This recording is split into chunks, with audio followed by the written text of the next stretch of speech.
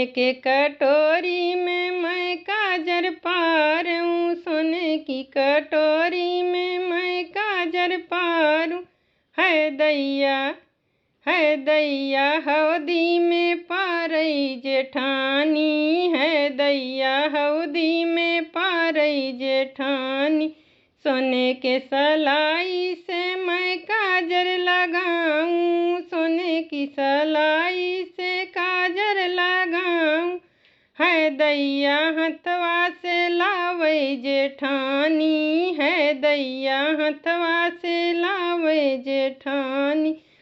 रेशम रूमाली से मैं काजर पोंछूं, रेशम की रूमाल से मैं काजर पोंछूं।